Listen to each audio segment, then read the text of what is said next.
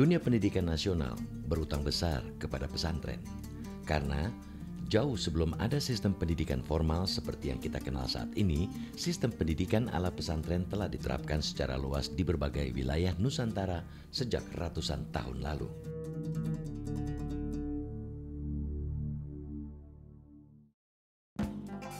Pondok pesantren yang belakangan populer disebut pesantren saja telah lama menjadi sistem pendidikan di Nusantara.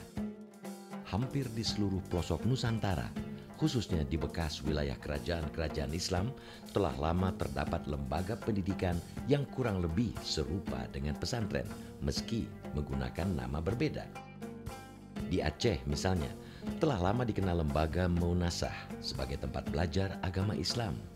Di Minangkabau, Sumatera Barat, tradisi belajar di surau juga telah lama ada, bersamaan dengan perkembangan pesat agama Islam di wilayah itu. Pesantren itu sudah lama ya, bahkan pesantren itu sudah ada sebelum adanya Islam, semacam padepokan gitu ya. Tempat dulu ya, tempat para pemuka agama Hindu dan Buddha kumpul gitu ya. Dan lembaga seperti pesantren ini ada di berbagai tempat di seluruh Indonesia. Kalau di Sumatera Barat namanya surau. Surau itu ya dulu tempat pimpinan itulah pemuka agama ya Hindu Buddha untuk melakukan semadi dan lain sebagainya itu ya. Di Pulau Jawa, sejak akhir kerajaan Majapahit dan kemunculan kerajaan Demak pada abad ke-15, tempat-tempat pendidikan agama Islam yang belakangan dikenal sebagai pesantren juga bermunculan. Para tokoh penyebar agama Islam di Pulau Jawa yang disebut Wali Songo atau Wali Sembilan misalnya, kerap disebut mendirikan pesantren untuk menyebarkan pengajaran agama Islam di wilayah dakwah mereka. Banyak penulis sejarah pesantren berpendapat lembaga pendidikan pesantren adalah lembaga pendidikan Islam hasil adopsi dari luar. Karel A. Steenbrink dan Martin van Brunesen misalnya memandang bahwa pesantren bukanlah lembaga pendidikan Islam tipikal Nusantara.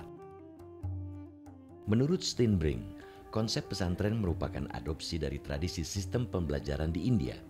Dari sisi terminologi misalnya, menurut Steenbrink, ada beberapa istilah yang lazim digunakan di pesantren, seperti mengaji dan pondok, yang merupakan istilah yang diambil dari India. Selain itu, sistem pengajaran ala pesantren telah lama digunakan secara umum untuk pendidikan dan pengajaran agama Hindu di Pulau Jawa. Kalau dari Arab jelas tidak, dari India juga tidak, tapi mungkin orang mengaitkannya dengan India karena tadi yang saya katakan itu. Surau sebelum masa pra-Islam, pesantren sebelum masa Islam itu memang tempat para pemuka agama, biksu dan lain sebagainya itu untuk tinggal di situ, tinggal belajar, kemudian bersamadi, melakukan ritual-ritual itu. Jadi mungkin karena itu diasosiasikan berasal dari India. Cenderung melihat itu sebagai sesuatu yang indigenes Indonesia. Berbeda dengan Steenbrink, Martin van Brunesen berpendapat tradisi pesantren di wilayah Nusantara merupakan tradisi yang kemungkinan diadopsi dari sistem pendidikan di Arab. Brunesen mencontohkan tradisi belajar kitab kuning yang berbahasa Arab di pesantren menjadi bukti sistem pembelajaran ala pesantren adalah sistem adopsi dari tanah Arab. Tradisi pembelajaran di pesantren sangat identik dengan keberadaan santri dan kiai. Cendekiawan Muslim Nurholis Majid mengatakan istilah santri berasal dari kata cantrik dalam bahasa Jawa yang berarti seseorang yang selalu mengikuti guru kemanapun sang guru pergi agar bisa mempelajari ilmu yang dimiliki sang guru tersebut. Sementara istilah kiai adalah adopsi dari kata dalam bahasa Jawa untuk menyebut kakek laki-laki. Kata kiai atau nyai untuk perempuan ini mengandung rasa penghormatan terhadap seorang yang dituakan atau memiliki kelebihan dalam keilmuan dan kebijaksanaan. Pondok Pesantren Jamsaren Surakarta itu berdiri kurang lebih tahun 1700 1750-an, yaitu pada zaman Pakubuwono keempat.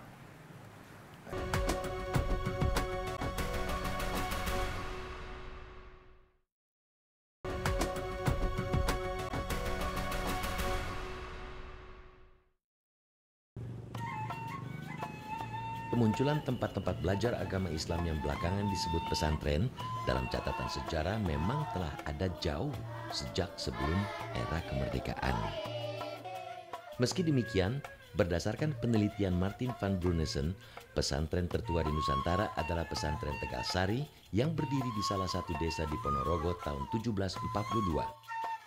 Salah satu pesantren tertua di Jawa yang saat ini masih berdiri adalah pesantren Jamsaren di kawasan Pasar Kliwon, Solo, Jawa Tengah. Pondok Pesantren Jamsaren Surakarta itu berdiri kurang lebih tahun 1750-an, yaitu pada zaman Pakubuwono keempat. Nah, pada saat itu di Solo itu banyak sekali kemaksiatan, banyak sekali hal-hal yang bertentangan dengan agama. Kemudian Sunan Pakubuwono keempat itu mendatangkan ulama dari Banyumas yang kemudian dikenal dengan Kyai Jamsari. Nah, dia diundang untuk membentuk lingkungan Solo menjadi lingkungan yang Islami. Termasuk juga harapan dari Sultan itu agar anak-anak bangsawan itu juga bisa belajar agama pada kiai itu. Pada akhir abad ke-19, setelah selesainya perang di Ponorogo, pemerintah Hindia Belanda mencabut resolusi yang membatasi pemberangkatan jamaah haji dari Nusantara. Segera setelah pencabutan resolusi itu, jumlah haji di beberapa wilayah Nusantara melonjak hingga menyebabkan tersedianya guru-guru pengajar agama Islam dalam jumlah yang berlipat dari sebelumnya. Bertambahnya jumlah guru agama ini berdampak pada berdirinya banyak pondok pesantren baru di sejumlah pelosok Pulau Jawa dan Sumatera.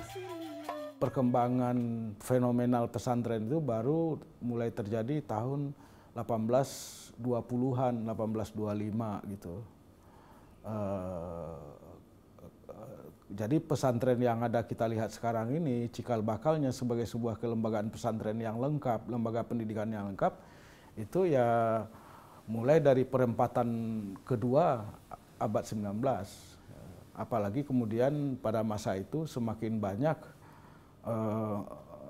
pelajar atau murid-murid yang dikenal dengan murid Jawi belajar ke Mekah dan Madinah. Nah, ketika mereka pulang, mereka mendirikan pesantren, sehingga kemudian pesantren itu menjadi luas, sehingga pesantren itu berbeda dengan zaman pra-Islam, itu hanya satu bangunan kecil. Kalau 1825-an ke atas, itu sudah dilengkapi misalnya dengan masjid, rumah kiai, rumah guru, asrama bagi para santri, ya. Nah, seperti yang kita lihat sekarang lah, walau tentu saja dulu masih sangat sederhana. Pada awal abad ke-20, atas saran pemikir orientalis yang menjadi penasehat pemerintah Hindia Belanda, Snok Hurgronje, pemerintah kolonial membuka sekolah-sekolah bersistem pendidikan barat di beberapa wilayah Nusantara. Selain untuk menyaingi pesantren, pendirian sekolah-sekolah itu juga ditujukan untuk memperluas pengaruh pemerintahan Belanda. Untuk merespon langkah pemerintah kolonial ini, para pemimpin pesantren melakukan sejumlah pembaharuan. Saat itu, selain tetap melestarikan metode halakah sebagai salah satu metode pengajaran ilmu agama Islam, banyak pesantren besar mulai mengajarkan ilmu-ilmu umum dengan mengadopsi sistem modern klasikal. Sejumlah ilmu umum seperti matematika, ilmu bumi, dan bahasa Indonesia mulai diajarkan di beberapa pesantren. Bahkan, pada tahun 1920, Pondok Pesantren Tebu Ireng Jombang mempelopori pengajaran bahasa Belanda di pesantren. Namun, pembaharuan paling krusial yang dilakukan kalangan pesantren pada masa ini adalah diadopsinya sistem manajemen modern dalam pengelolaan pesantren. Zaman dulu ya, sebelum katakanlah abad modern, sebelum masa kemerdekaan atau bahkan sebelumnya 1930-an, biasanya pesantren itu kecenderungannya bubar kalau kiainya meninggal. Karena pesantren itu sangat tergantung pada wibawa kiai, ilmunya kiai, karisma kiai. Jadi kalau kiainya wafat, maka kemudian pesantrennya itu cenderung bubar. Nah, tapi kemudian sejak 1920-an pesantren itu mengadopsi manajemen baru, misalnya dengan memakai yayasan, ya, atau zaman Belanda disebut stichting. Ya, yayasan di situ ya bukan hanya kiai utama, ya kiai utamanya yang memainkan peran, tapi juga anaknya, menantunya, dan kiai-kiai yang lain. Sehingga kemudian ketika kiai utama ini wafat, maka kemudian ada yang menggantikan, ada regenerasi. Berbagai pembaharuan yang dilakukan pihak pesantren membuat jumlah pesantren dan santri pada dekade 1920-an hingga dekade 1930-an meningkat. Pada masa ini pula, beberapa organisasi dan gerakan Islam yang berbasis pada kepemimpinan ulama dan kalangan pesantren seperti Muhammadiyah dan Nahdlatul Ulama berdiri.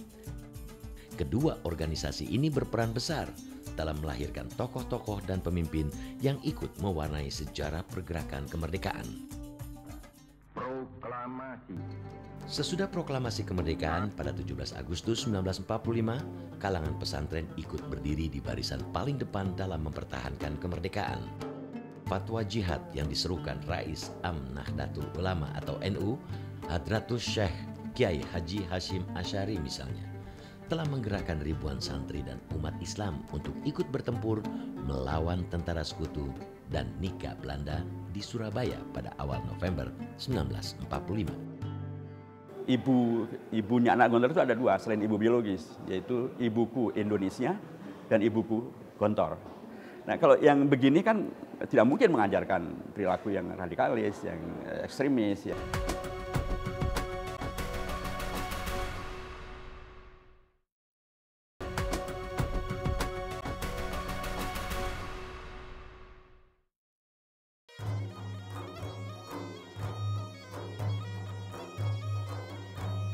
Pasca revolusi kemerdekaan, jumlah peminat pendidikan pesantren sempat berkurang setelah pemerintahan Presiden Soekarno melakukan penyeragaman atau pemusatan pendidikan nasional yang mengadopsi sistem pendidikan barat.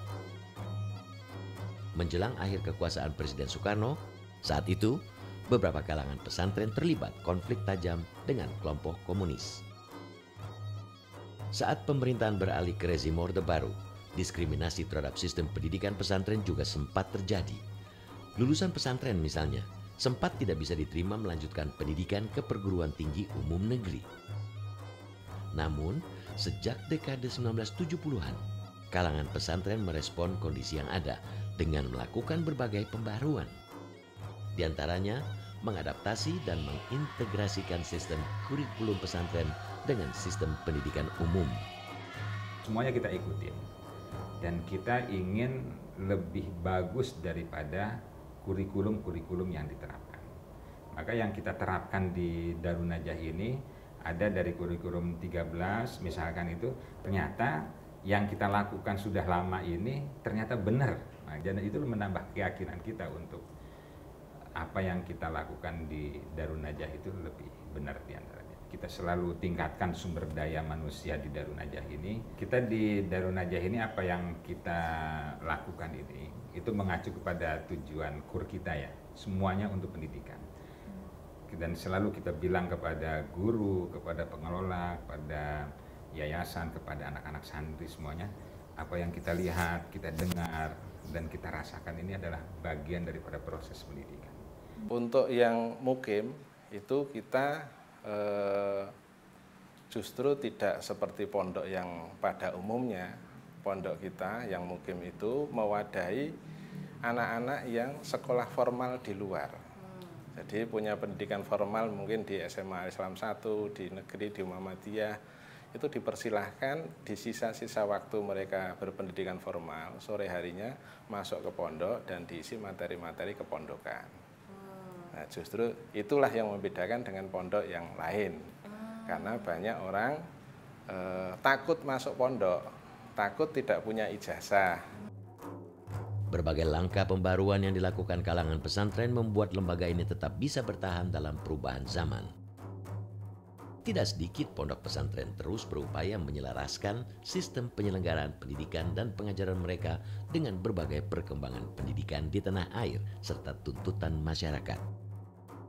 Fenomena ini antara lain ditandai dengan berdirinya sejumlah pondok pesantren modern di beberapa wilayah di Indonesia. Bahkan, beberapa pondok pesantren modern yang telah lama ada, semisal Pondok Pesantren Gontor Ponorogo, tidak hanya membuka banyak cabang di beberapa kota, tapi juga mendirikan lembaga pendidikan setara universitas. Dulu Gontor itu hanya KMI saja, artinya setingkat SMP dan SMA. Kemudian mendirikan institut dan jalan. Sekarang bahkan tingkat universitas dan jalan. Bahkan tingkat sampai S3 dan jalan. Bukan hanya jalan biasa, jalan yang amat sangat bagus. Gontor dulu hanya dikenal di tingkat lokal. Sekarang bahkan diakui oleh beragam perguruan tinggi di tingkat internasional. Di Timur Tengah itu nama Gontor sudah jaminan. Di dunia pendidikan Islam sudah jaminan. Bahkan dalam konteks negara pun, negara akhirnya bahkan mengakui, memberikan sertifikat muadalah terakreditasi untuk sekolah-sekolah Gontor itu disetarakan dengan SMA, sehingga alumni Gontor tidak perlu ujian persamaan SMA, tapi mereka bisa langsung ikut ujian untuk masuk perguruan tinggi sama dengan SMA yang lain. Dalam perkembangannya, kalau kita lihat dalam masa-masa terakhir ini, ya, katakanlah 10 tahun terakhir atau 15 tahun terakhir, pesantren itu menjadi institusi induk atau bisa disebut holding institution,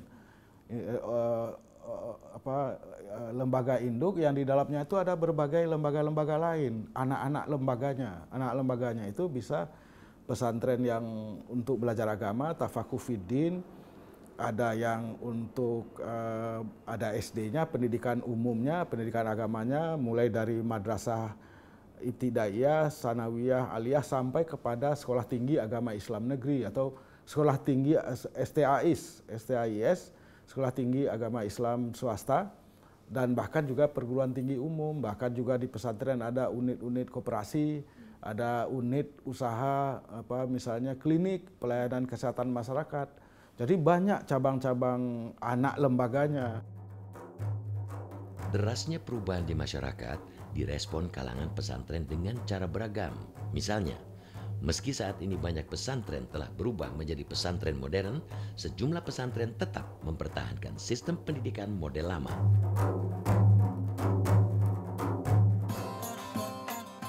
Keragaman bentuk, model, dan sistem pendidikan di banyak pesantren ini pada akhirnya juga kerap melahirkan citra dan persepsi yang beragam terhadap pesantren. Pada era reformasi misalnya, dunia pesantren sempat dikaitkan dengan isu terorisme. Isu itu berhembus saat ada alumni pesantren ditangkap karena terlibat kasus teroris.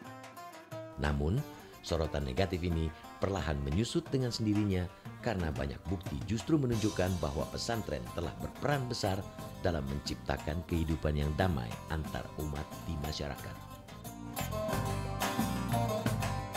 Pesantren itu menjadi pusat untuk pengembangan pemikiran dan praktek Islam wasatiyah, Islam Jalan Tengah, Islam Nusantara, itu dikembangkan di dalam lembaga-lembaga pendidikan Islam, mulai dari pesantren terutama, kemudian juga sekolah-sekolah lain yang dimiliki oleh ormas.